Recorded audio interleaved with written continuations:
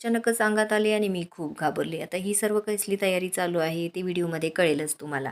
तर 1 मैल अंतर पूर्ण केल्यानंतर तेथील जीवनशैली, खाद्यसंस्कृती, बोलीभाषा, त्याचप्रमाणे आचार-विचार आणि सण उत्सव साजरे करणाऱ्या पद्धती बदलल्या जातात. श्रावण महिना चालू झाला की गावी एकच चर्चा असते, ती म्हणजे या साती आसरांच्या पूजांची. साती आसरा ह्या जलदेवता आहेत. त्यामुळे नदीवरती जाऊन नदीतली 7 दगडं घेऊन त्यांची विधिवत पूजा केली जाते.